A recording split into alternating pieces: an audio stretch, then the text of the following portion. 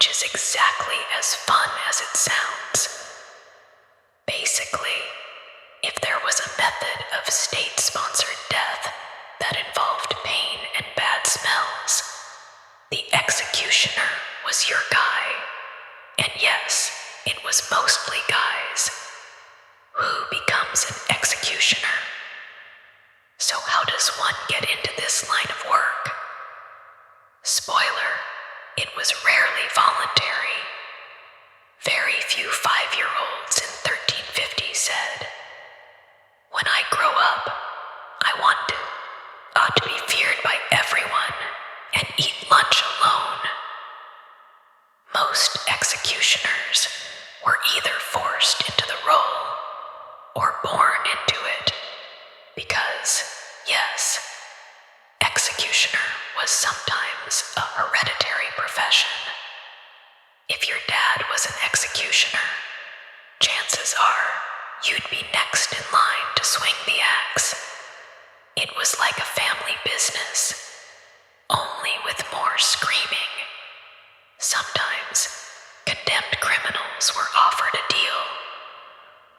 "We'll spare your life if you become the executioner," which, to be fair, sounds like a bargain, until you realize what that actually entails. Public shaming, isolation, and a lifetime of being casually hated by everyone around you, even when you're just trying to buy some cheese. Medieval HR training for the job. There wasn't exactly a university course for axe swinging, but executioners did have a kind of on-the-job training. If your dad was the executioner, you'd learn from him, which is probably not how most kids wanted to bond with their fathers. "Okay, son, today we're going to learn about proper neck positioning. Pass me the practice melon." Some would-be executioners practiced on animals or corpses. Some used dummies, and some just learned by doing, which led to a lot of really messy, really botched executions. You know, those charming medieval stories where the heads didn't come off in one clean strike, and the poor guy just sort of flailed around while the crowd gagged and looked for something else to watch. It was gruesome and embarrassing, and, for the executioner, kind of a performance review. Let's just say there wasn't a lot of positive feedback. No annual bonus. No Employee of the Month plaque. Social life. Don't count on it. So while the job came with decent pay, some government protection, and occasionally a free house, there were trade-offs, like being universally shunned. Executioners weren't welcome in church, or taverns, or weddings, or often anywhere that people gathered and didn't want their vibe ruined by the guy who literally just cut off their cousin's head last Tuesday. And even when they were allowed into town, they usually had to wear specific clothing, so people could spot them and politely nope out of the conversation. Some towns made them ring a bell or walk on a specific side of the street. Basically, medieval people treated executioners like walking bad omens. "Oh look, it's Thomas, the bringer of doom. Let's cross the street and pretend we didn't see him." But hey, it was a job that said. For all the stigma, it was still a job, and one with surprisingly steady benefits. Executioners made more money than many artisans.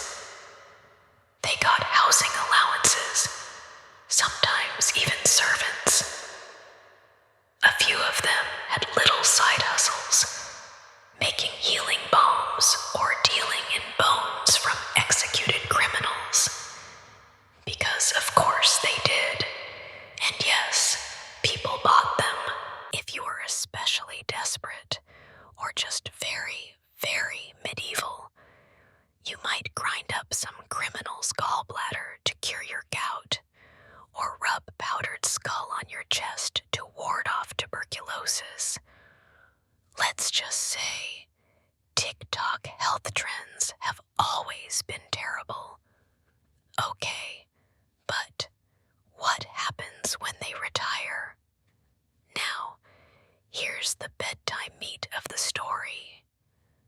Let's say our hypothetical executioner, we'll call him Hans because that feels right, has spent 30 years lopping heads, breaking bones, and generally ruining everyone's Friday morning. One day, Hans decides to retire.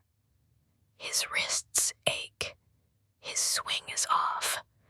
He's emotionally tired of making eye contact with doomed nobles. What happens now? Well, nothing good. Option 1, nobody cares and you die alone. In most medieval towns, retired executioners were still considered tainted, unclean, spiritually dodgy. Even if they stopped killing people, the social stink lingered. They couldn't change jobs easily. They couldn't become shopkeepers. Nobody wanted Hans's happy candle shop opening next to the bakery. Bad vibes, and so many retired executioners lived out their days in semi-isolation, outside city walls, on the margins of society. They were paid a pension, sometimes, but pension in the 1400s meant, here's a sack of old bread and a corner of land near the pig yard. It wasn't glamorous, it wasn't relaxing, and it definitely wasn't the kind of retirement you dream about while flipping through parchment travel brochures. Option 2, you train the next guy. Another common fate, training your son or nephew or some other unlucky human the city appointed after drawing straws. It wasn't exactly passing the torch, more like passing the axe, along with all the social baggage that came with it, and that meant sticking around, supervising, helping with paperwork, because yes, there was paperwork, and occasionally stepping in for difficult executions. So in a way, you never really retired. You just became the creepy old man who hung around the scaffold, giving unwanted advice. Option 3, you start a weird side business now and then. Retired executioners leaned into the macabre. Some became healers. Ironic, right? Others sold execution souvenirs, bits of rope, dried blood, bones, even the clothes of the condemned, and people bought them for luck, for curses, for reasons best left unexplored. Others tried to open inns or taverns, which, again, imagine checking into a medieval bed and breakfast and finding out the owner used to boil people alive.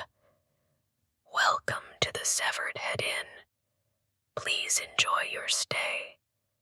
Complimentary soup at sundown. Don't mind the stains. Let's float over to a few specific stories, because nothing says relaxation like oddly detailed examples of historical awkwardness.